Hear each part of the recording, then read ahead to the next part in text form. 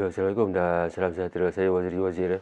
Untuk perkongsian kali ini nak kongsi tentang the best mirrorless untuk beginner. So mirrorless yang saya nak beritahu ni bukanlah harga dalam kategori harga bajet tau. Boleh dikatakan harga dia agak orang kata apa, untuk semi pro ataupun middle range pertengahan. Cuma yang saya nak suggest dan sebaik-baiknya untuk mirrorless ni cari yang jenis ada viewfinder tau. Yang ada viewfinder macam ni. Sebab kebanyakan mirrorless sekarang ni dia dah tak ada viewfinder. Pasal tujuan viewfinder ni untuk kita tengok, dia asal zaman filem tu pasal kita nak tengok framing gambar tu macam mana. Pasal masa zaman filem tu kita tak ada, kalau tak ada viewfinder kita tak tahu gambar tu macam mana hasil dia melalui lensa tu, maksudnya kan. Maksudnya kalau lah viewfinder tak ada zaman filem dulu tu, bila kita ambil gambar guna lens apa pun kita tak boleh nak agak ini macam mana hasil gambar tu bila dirakam. So tujuan viewfinder ni untuk memberitahu kita framing yang akan kita rakam untuk gambar tu. Tapi bila wujudnya kamera digital ni pasal kita dah boleh tengok dia punya hasil dia tu dekat LCD dekat belakang ni. Jadi keperluan untuk ada viewfinder tu kurang. Dan sebab tu kebanyakan kamera mirrorless ni terutamanya yang baru-baru ni dia tak ada viewfinder. Kebanyakan ni yang tak ada viewfinder ni untuk bukan semi pro lah, untuk compact kamera kan. Tapi kalau untuk profesional ataupun mereka yang bekerja ni memang dia buat juga viewfinder ni. Tapi viewfinder yang dibuat tu electronic viewfinder. Pasal image yang kita tengok dalam tu bukan image analog tu. Image analog ni maksudnya macam kamera yang lama DSLR ni, image yang kita tengok tu image pantulan cahaya daripada pantulan gambar lah kan. Image daripada tu masuk ke dalam, kena pada mirror tu, cermin tu, dan akan dilihat di sini. Itu image analog lah, maksudnya image nyata yang dia bukan image digital. Tapi kalau kamera mirrorless yang baru-baru ni, walaupun dia ada viewfinder, image yang kita tengok dalam viewfinder tu adalah image digital. Dia sebenarnya benda tu tak perlu pun, pasal kita dah boleh tengok sini, dah boleh tengok di belakang LCD ni kan. Tapi benda tu dibuat untuk profesional pasal yang ada viewfinder ni dia lebih stabil dari segi handling tau. Maksudnya bila kita pegang macam ni kan, image tu kalau kita pakai slow shutter pun dia lebih stabil berbanding kita tengok LCD macam ni, kita pegang macam ni je kan. Dia lebih stabil lagi kalau kita, contohlah kita guna shutter speed slow bawah 100 kan. Kalau kita dengan bahu, tangan kita rapat ke dada dengan bahu, dengan tangan pegang macam ni kan, dia lebih stabil lah, image tu lebih, kebalan kalian untuk sharp tu lebih tinggi lah berbanding kita macam ni. So yang saya nak suggest tu ada dua kamera lah, brand Nikon dengan Canon. Saya bukanlah pro Nikon ke Canon ke, tapi saya tengok brand lain daripada tu macam Sony agak tinggi, agak mahal lah, terutama yang jenis ada mirrorless ni. Terutama yang ada viewfinder ni. Pasal kalau kamera Sony yang tak ada viewfinder pun, compact pun, RX series kalau tengok, ada yang sampai 5,000 harga dia. So saya tak suggest sangat kamera Sony lah. Tapi kalau ada duit nak beli je kan, tak ada masalah pun kan. Jadi untuk yang bajet pun, walaupun tak berapa bajet juga. Macam untuk Canon ni, dia ada keluar model baru, siri mirrorless R series macam R3 tu yang top of the line kan. R10 dengan R7. Saya saja R10 lah. R10 ni Canon R10. Dia mirrorless, ada viewfinder. Harga dia pun bukanlah 2-3 ribu, 4 ribu lebih juga macam tu, dengan lens mungkin dalam 5 ribu. Tapi kalau kita serius ni mungkin ada nak buat wedding ke apa ke benda kan. Maksudnya betul-betul nak belajar fotografi. Sebab investment kita nak bayar ni untuk harga 4,000 ke 5,000 ni bukanlah harga yang orang kata murah kan. Jadi kalau kita dah labur benda tu, kita nak tak nak kita kena belajar juga tentang fotografi. Pasal kita tak boleh expect kita laburkan 5,000, 6,000, tiba-tiba gambar kita jadi orang kata apa, awesome kan, hebat. Dia bukan macam tu. Pasal kamera dia tak tahu, walaupun advance macam mana pun kamera tu, dari segi komposisi, dari segi controlling light ataupun cara kita melihat cahaya, cara kita menggunakan cahaya yang ada tu untuk menghasilkan gambar yang bagus, masih bergantung kepada kreativiti kita. Kita belilah kamera harga 20,000 ke 30,000 pun, gambar tu bukan automatik akan jadi hebat kan. Masih lagi kita perlu belajar juga. Cuma dari segi image quality dia tu memang lebih baik daripada kamera-kamera yang bukan semi pro lah ataupun compact. Tapi macam sebagai tu tadi lah, ada setengah compact mirrorless ni harga dia pun boleh tahan juga kan. Macam Sony RX series tu harga dia dalam, ada yang sampai 5,000 kan.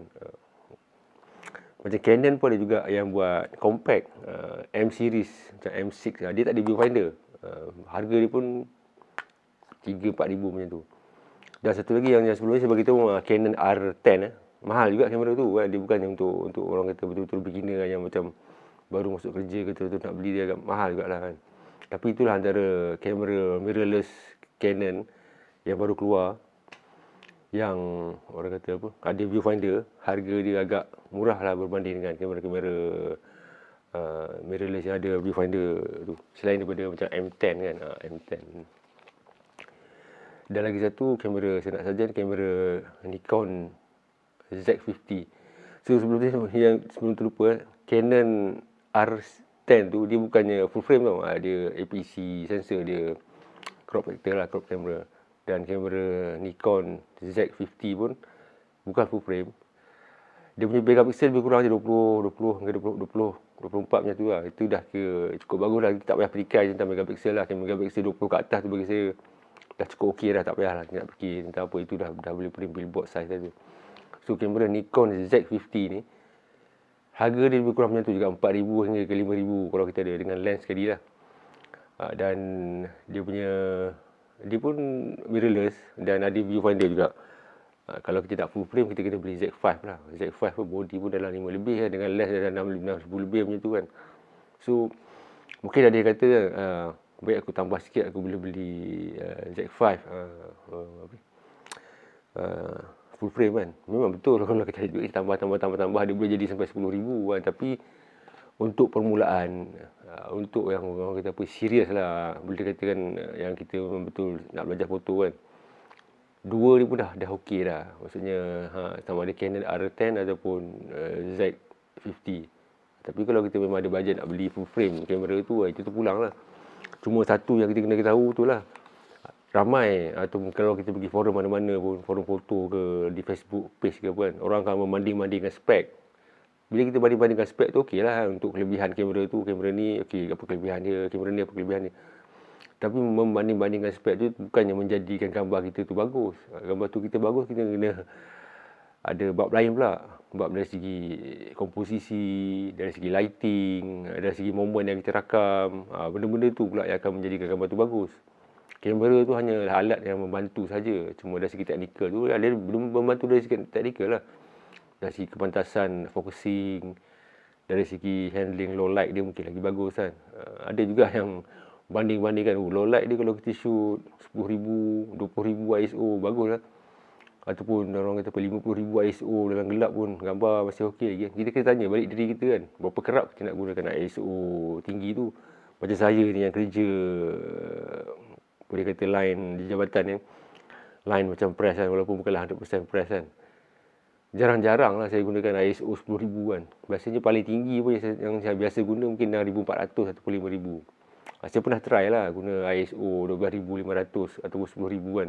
Saja nak try dalam keadaan gelap di masa tu di KLCC kan, ada dia tunjukkan orang kata apa, macam projektor dekat layar besar tu, lampu semua dia tutup, tinggal layar di situ je. Saya pakai ISO dalam 10,000 ke 12,000 macam tu. Saja nak tengok, memang okey lah. Tapi jarang. Kebiasaannya ISO yang saya guna tu bawah 1,000. 100 mungkin jarang sangat lah. 200, 400, 800, 1,000. Paling tinggi pun mungkin 5,000 lah. Itu pun mungkin kalau low light, nak layan spot ke sikit-sikit kan. Kalau selain daripada tu, untuk general punya coverage untuk saya lah kan, memang 1,000 ke bawah. Dan kepada orang yang suka layan street, bukan street, landscape tu, biasanya diorang takkan guna harga pula. Diorang takkan guna ISO 10,000, 1,000 takkan guna kan. Biasanya landscape photographer dia akan guna tripod, dia akan gunakan ISO paling rendah yang ada kepada kamera tu. Ada setengah tu kamera dia boleh pergi macam ISO 100 kan, bawah tu ada lagi low ISO, lagi tinggi, rendah lagi, ada 2 step lagi dia boleh pergi bawah. Ada setengah tu dia boleh pergi ISO 50 atau mungkin bawah lagi rendah. Pasal itulah, ni bab teknikal dan juga bab kualiti gambar tu. Itu kena bab lain lah kalau nak cerita benda tu. Memang makan banyak series lah. Sebab apa ISO rendah tu kan kita kena tahu juga. Dan orang kata apa, kita kena cuba try kalau kita tak tahu tau. Okey, secara ringkas je lah kenapa ISO rendah tu bagus.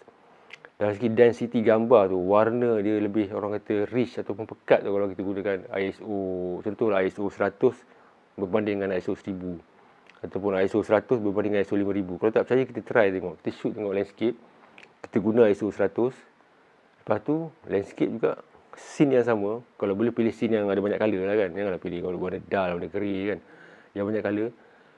Okay, kita shoot satu ISO 100, satu lagi kita shoot ISO 5000 saja test kan. Exposure kita ajar lah supaya dapatkan exposure yang bagus lah. Kalau kita guna ISO 100 mungkin kita kena pakai tripod lah kan. Aperture mungkin 8, 11. Kalau kita guna ISO 5000 mungkin kita boleh enhance kan. Aperture sama, kita boleh enhance. Tapi you bila masuk dalam Photoshop ataupun apa saja image editing, cuba tengok dia punya kualiti warna dia tu. Dari segi kepekatan warna, richness, vibrance, colour dia tu. Memang tak sama. Kalau sama, tak gunalah orang landscape photographer guna tripod kan. Selain daripada mungkin nak layan slow shutter ni, air yang mengalir apa semua tu kan, itu mungkin lah. Tapi kalau, dan salah satu sebab kenapa landscape photographer masih lagi guna tripod, walaupun kamera yang diguna tu mungkin harga RM10,000 kan. Sebab itulah penggunaan ISO yang rendah tu.